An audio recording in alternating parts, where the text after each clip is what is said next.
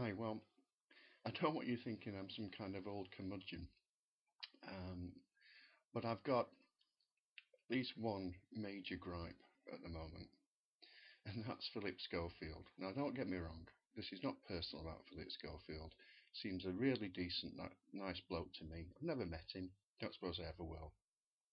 My gripe is, and he personifies it better than anybody, are the people like him, Richard Madeley, sometimes Eamon Holmes, and Andrew Castle, those kind of guys.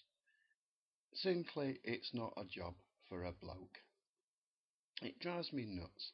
This poor fucker has to sit there every day and listen to stuff that any self-respecting bloke would just not listen to. For instance, they regularly have a session based entirely on women ringing in with problems with their periods. Who cares? You get some woman who rings in and Denise Robertson is sitting there with that look on her face, oh, I feel your pain, it's terrible for you. And she's saying, just because she was a bit pissed off around her monthlies, her husband came back having not brought the milk in, so she disemboweled him. It drives me nuts. Phillip Schofield should be sitting there going, I don't want to listen to this. But fair play to him. He's managed to build a whole career with something warm, soft and fluffy sitting on his left hand.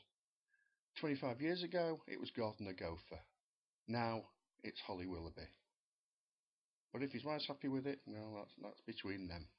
Have you ever noticed that at the start of after every new break, they cut to Phil as they're going back, and he's sat there like that. Except when Holly is on her monthlies, in which case he's going, what the fuck is that?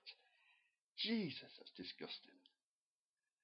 For all he knows, she's just sat and squashed his gopher. But poor old Phil, and I do feel sorry for him. I know I'm giving him a hard time, but I do feel sorry for him. Poor old Phil has to sit there, plug in every sad fuck's new book, exercise video, illness, or whatever. So he says, after the break, we've got Mile class. And it's always the same old fuckers every week. And they cut to Mile class.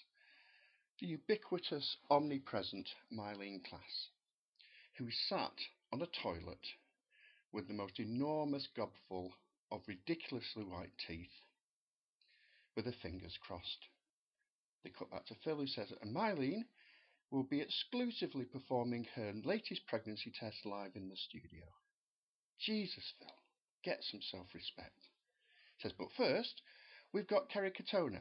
And they cut to the omnipresent, ubiquitous Kerry Katona, sad fuck that she is, sat there with an enormous gobful of ridiculously white teeth.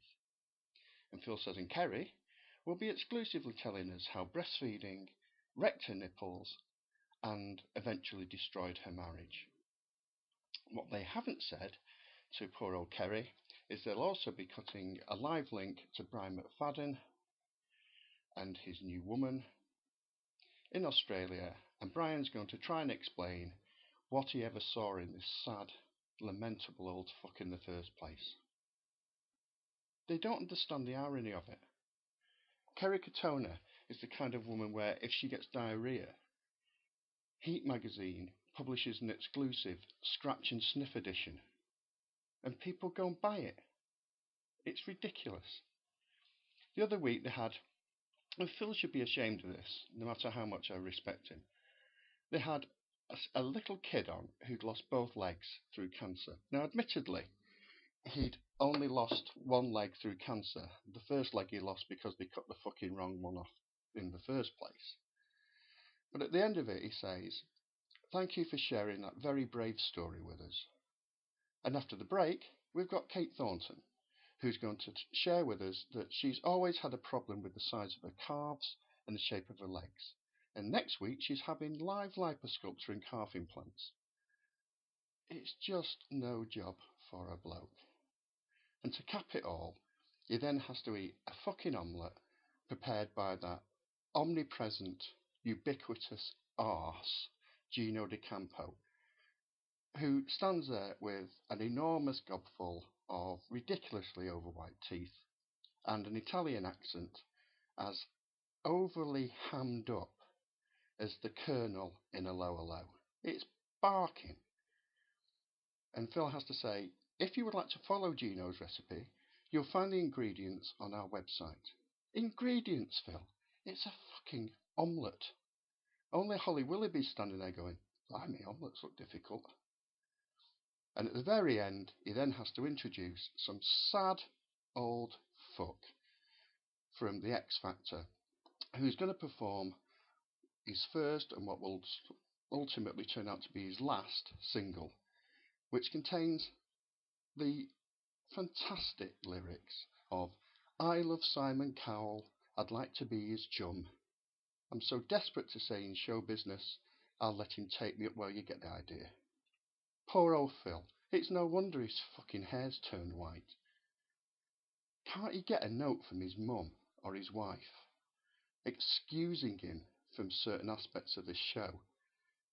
Any normal bloke, when he was hearing this, would be going, la la la la la la la la, not listening, not listening, not listening. Poor old Phil has to listen and put that look on his face of, we share your pain. Get a life. I know you get a ton of money, but get a life. It's no job for a bloke.